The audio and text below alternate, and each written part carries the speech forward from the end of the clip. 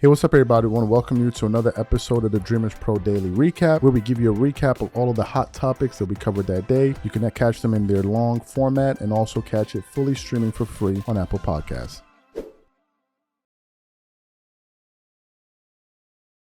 It's just a damn shame, it's a damn shame because the All-Star weekend, forget about the All-Star game, the All-Star weekend was something that really excited people like myself years ago. I remember voting in some of those games, going all the way back to when like Steve Francis was in the league and all of that. It was just a really exciting time to be an NBA fan, but obviously things have changed since then, and the NBA's kind of gone in a different direction. So going into this All-Star weekend, as a matter of fact, I wasn't even aware. The only thing that kind of made me aware that the All-Star weekend was coming up was when I was hearing certain teams were going to be playing any more games because of All-Star weekend. I was like, oh, that's right. That thing.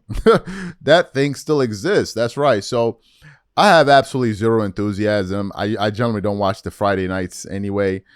Saturday nights used to be really cool because of the slam dunk contest, the three-point contest, even the skills contest. That really used to be really cool, right? But this time around, I'm not even paying attention. So last night, people were playing, I think, Costin. I didn't give a damn. I didn't pay any attention to it. So I woke up this morning and I was just kind of looking for what to talk about. And I came across a very, very interesting article here that I got from Front Office Sports. And it has the following headline. It says, the NBA's latest attempt to solve the All-Star game conundrum. And as I was reading the article, I was saying to myself, like, yo, how did these guys let the NBA get to this point after what got players like Larry Bird, Magic Johnson, and Michael Jordan did for the league? Like, Jordan and these guys elevated the league to a point where it hasn't been, frankly, since then. And then now it's like we're searching for answers to salvage a simple weekend. Something that used to be so rudimentary has become something complicated. So I actually started reading the article. It's actually a pretty long read. Okay, so let's get into this report here. It's pretty long, but let's see how much we can cover. Commissioner Adam Silver has not shied away from admitting the league has a problem on its hands with the All-Star game, and it has been open about searching for ways to improve the format in recent years. I haven't given up yet on the All-Star still being competitive for fans, Silver said in January. Throughout the past decade or so, the prestige of making the All-Star game has remained for players and fans, but the game itself has become increasingly unserious. Defense has gone from optimal to non-existent. Last year's game produced a record 397 points, with many walking up and down the court, launching half-court bombs, and throwing endless alley-hoops. For many years, the NBA's exhibition was a legitimate tradition, and the top stars like Michael Jordan and Kobe Bryant would battle in earnest. During the golden age, the NBA, the All-Star Game MVP was a coveted award. The idea of showcasing the league's top talent has been lost to lackluster effort as players try to protect their bodies for the rest of the season. The NBA's ongoing experimental phase is not unlike those of other major North American leagues. The NBA included a draft from 2018 to 2023, but nothing has stuck.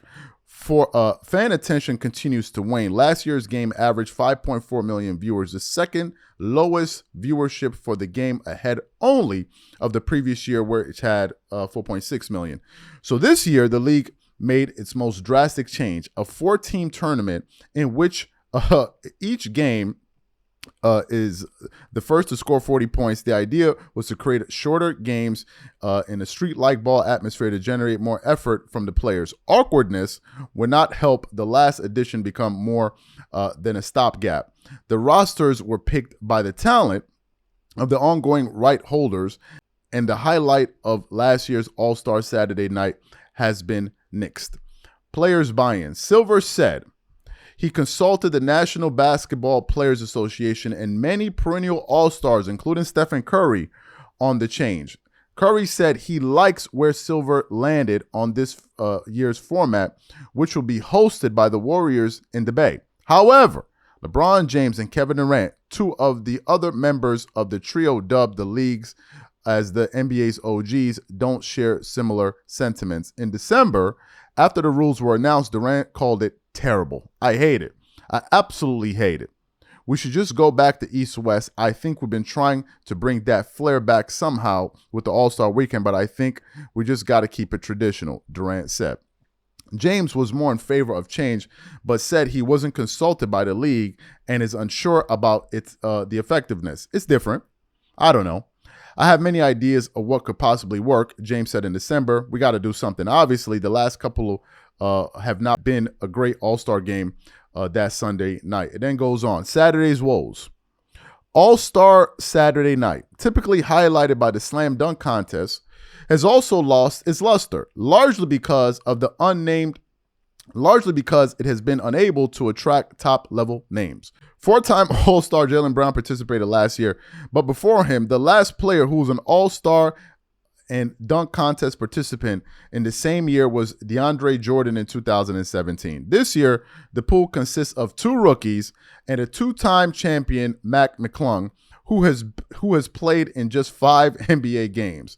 Like Sunday's game, top players have shied away from competing in a dunk contest to avoid injury risk. It doesn't help that the two recent names who legitimized the contest, Zach LaVine and Aaron Gordon, ended their legacies on a sour note.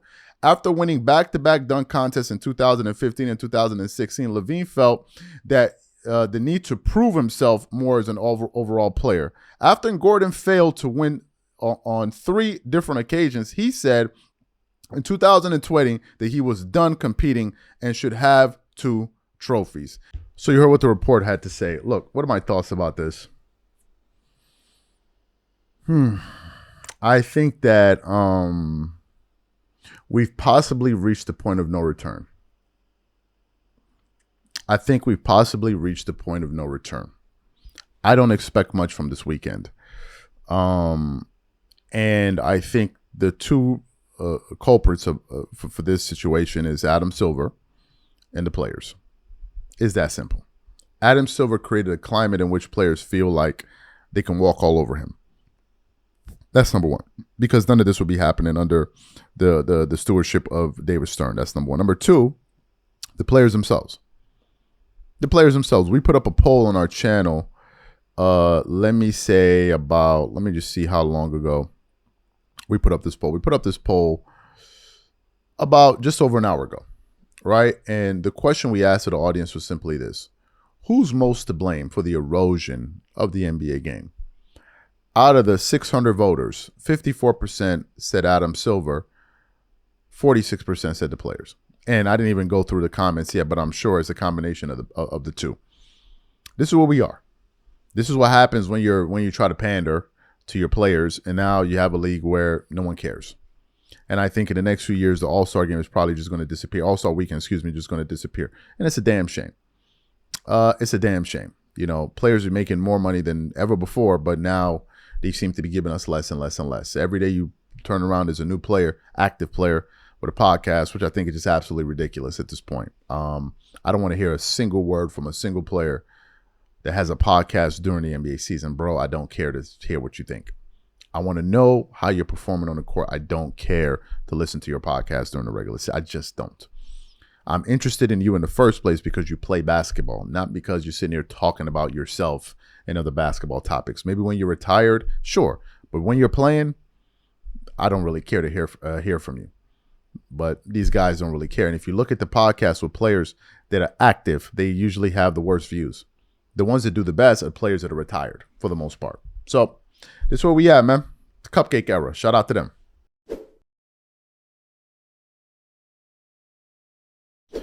As you guys know, this is All-Star Weekend. I'm sure a lot of you are not excited for good reason, because why would you be excited about a product where the players themselves don't give a damn about putting forth a good effort? Like, why would you be excited? Nobody's excited. We even covered this earlier in the season where we reacted to some comments that President Obama made on the young man in the three, where he told Halliburton right to his face, look, if you guys don't give a damn about the game, we're not going to give a damn about it. It's a disgrace, right? And since then, the NBA has come up with every different kind of trick that they can to try to make the viewers experience better. But if I'm being honest with you, I didn't even really pay much attention to the format for this weekend. Let me read what the NBA says on its website. This is from NBA.com. itself explaining the new All-Star Game format. It says the NBA and NPA announced new format for the 2025 All-Star Game. Okay, the National Basketball Association and the National Basketball Players Association announced today a new format for the All-Star Game in the Bay Area.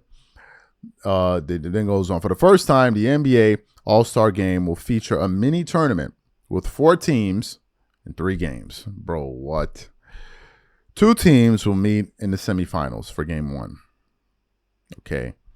And the remaining 2 teams will meet in the other semifinals, Game 2. The winning teams from Game 1 and Game 2 will advance to face each other in the championship game for Game 3. For each game, the winner will be the first team to reach or surpass 30 points. Each team will have 8 players and be named for an TNT NBA analyst. Okay. The 24 NBA All-Star selections will be divided evenly into 3 teams. Okay. With the rosters drafted by TNT's Inside the NBA commentary and honorary team general manager Charles Barkley, Shaquille O'Neal, and Kenny Smith. Okay. The 3 analysts will make their respective picks. Team Chuck, Team Shaq, Team Kenny live on TNT in the NBA All-Star Draft, which will be conducted on Thursday, February 6th, just before the network's doubleheader that night. Pause. Do you guys know, I thought when I saw that, I thought it was just them bored and just making up like, hey, man, what's your starting? I had no idea that was something that was supposed to matter. I had no idea. Okay, we continue on. The 4th team will be the winning team from the championship game of the Casserole Rising Stars, the annual showcase of the top first and second year NBA players and NBA G League standouts, which will be played on February the 14th during the NBA All-Star 2025. TNT analyst and WNBA legend Candace Parker will serve as an honorary GM of the Rising Star Championship, known as Team Candace. What? It continues on. The voting process to determine the 24 NBA All-Stars will remain the same. The 5 players honored as starters in each conference will be selected by fans 50%, the current NBA players 25%, the media 25%. The 7 players honored as reserves selected by head coach. Okay, good. The 4 teams participating in the All-Star Game will compete for a prize of $1.8 million, with each player on the championship team receiving $125,000 each. $25,000 each player on the second team receiving $50,000, and the third player received $25,000. And then it went on to say, bro, okay, where do we even begin? First of all, I didn't understand the damn thing that I just read. Maybe some of y'all did, but I know a good amount of y'all that just listen to that don't understand a damn thing of what's going on, and I'm one of them. What in the hell is that format? Bro, okay, so that's the format. For those of you who understood it, please let us know, because I ain't get it. Right? I don't understand what the hell they're talking about. I then decided to put up some polls on our channel, right? And these numbers are obviously going to update as time goes on. Make sure you guys go leave your votes. But we put up some votes on the panel, on our community board about an hour ago. First question was this. Do you think, and we want to show it to you, do you think this All-Star Game will be the worst ever? Out of the 655 voters, by the time you guys see these numbers, they're going to be updated. 82% of them said yes. 18% said no. The next one, have modern day NBA players failed the fans? Out of 1,200 voters, 93% of them said yes. 7% said no. The next one, who's most to blame for the erosion of the NBA game? Out of the 600 voters, 53 are saying Adam Silver, 43% are saying the players. The final poll we put up, are you excited to watch the All-Star Game? Which probably is the most important one. Out of the 400 voters as of now, 92% are saying no. 8% are saying yes. Folks, these are NBA fans. I am very sure that if you superimpose these numbers and you open it up to a pool of 200,000 NBA fans, the numbers will skew the same. This is a problem. A very big problem. It is showing you that fans don't care anymore. And the reason they don't care anymore is because of the apathy that the league and the players have shown, have displayed towards the fans. It's just the truth. I mean, listen, we're not criticizing them. We're just calling it what it is. And I think that it is important to let people like myself, who represent the views of many people that feel the same way, be allowed to express our views. Because it's going to give you guys more feedback. I'm talking about the NBA in terms of the product. The fans must be heard. They must be heard. You have to have people weigh in on the product that you're putting out there. It is that bad. I have zero. The only reason I'm watching the All-Star game is really for two reasons. Number one, to see if they're going to put forth any effort. That's the first one. The second one is to see how this format is going to play out and have some idea of what the hell went on so I can talk about it on Monday. That's about it, folks. That's all, folks. It has nothing to do with excitement. Nothing whatsoever. I remember when the All-Star Game MVP was a thing, where players were gunning for the All-Star MVP, when it meant something. Now it was just a bunch of dudes just out there twerking it up, pouring honey all over the court, wasting everybody's time. Talking about, I don't want to exert myself too much during the game because I don't want to get injured. Bro, you can get injured on any day or any night of the NBA. What are we talking about? And players are more fragile anyway these days anyway, so they can get injured walking out of their cars, going to the arena. They could probably get injured. So that's not an excuse. That's just a cop-out. Oh, I don't want to get injured. Yeah, right, whatever. Most of these guys already mailing it in every single night anyway, so I don't know what you're talking about. You don't want to get hurt. It's just a damn shame. It's just a damn shame. But this is what the fans think. This is what the fans think, and this doesn't bode well. I'm sorry. This is not a positive thing. We can't spin this in a positive light. For the simple fact that the format is just so damn confusing, it's already a problem.